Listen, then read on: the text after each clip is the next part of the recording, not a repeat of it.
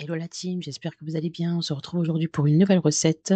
Ce sera des spaghettis à la truite et aux fruits de mer. Alors vous aurez besoin d'un oignon rouge ou deux petits oignons, un gros oignon ou deux petits oignons.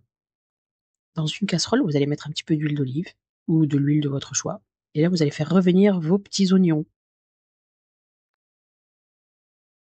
Vous les laissez bien revenir dans l'huile, histoire qu'ils soient translucides.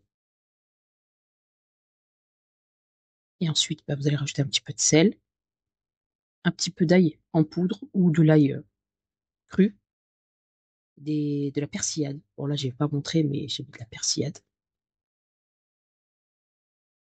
Voilà, vous continuez à remuer, vous allez baisser un petit peu le feu, histoire que tout puisse un petit peu caraméliser. Et ensuite, vous allez rajouter une tomate. Vous pouvez aussi rajouter de la purée de tomates. Ou des tomates cerises aussi. C'est très bon aussi. Un petit fond d'eau. Et vous couvrez toujours à feu doux. Et là, nous allons prendre notre truite fumée. Et nous allons la découper délicatement. Donc, je dirais en petits cubes, hein.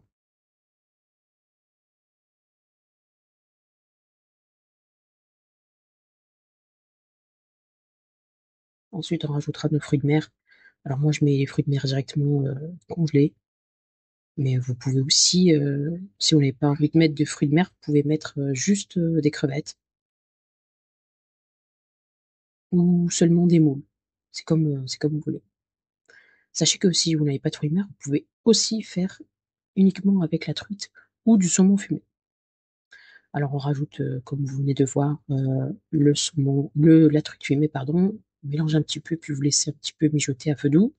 Et pendant ce temps, nous allons cuire nos pâtes. Là, j'ai choisi des spaghettis. Mais encore une fois, vous pouvez mettre les pâtes que vous aimez, quoi. Franchement, c'est une recette non prise de tête. Voilà. Mais elle était tellement bonne. Franchement, je vous conseille de la tester. Là, je vais rajouter un petit peu de crème fraîche. Voilà. Vous avez le choix entre la crème fraîche, la crème de soja ou la crème de coco, mais c'est vrai que ça passe mieux avec la crème fraîche. Je ne vais pas vous mentir.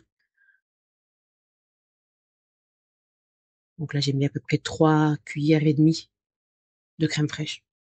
Je vais mélanger, je vais laisser réduire. Voilà, la sauce va un petit peu épaissir.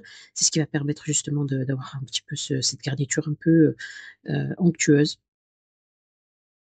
Donc vous laissez réduire tranquillement, vous écoutez vos pâtes et vous dressez. Alors pour la petite vidéo du début, la petite intro, j'avais mis un petit peu d'emmental. Vous pouvez mettre du parmesan. Et bon appétit. Je vous retrouve pour une prochaine vidéo.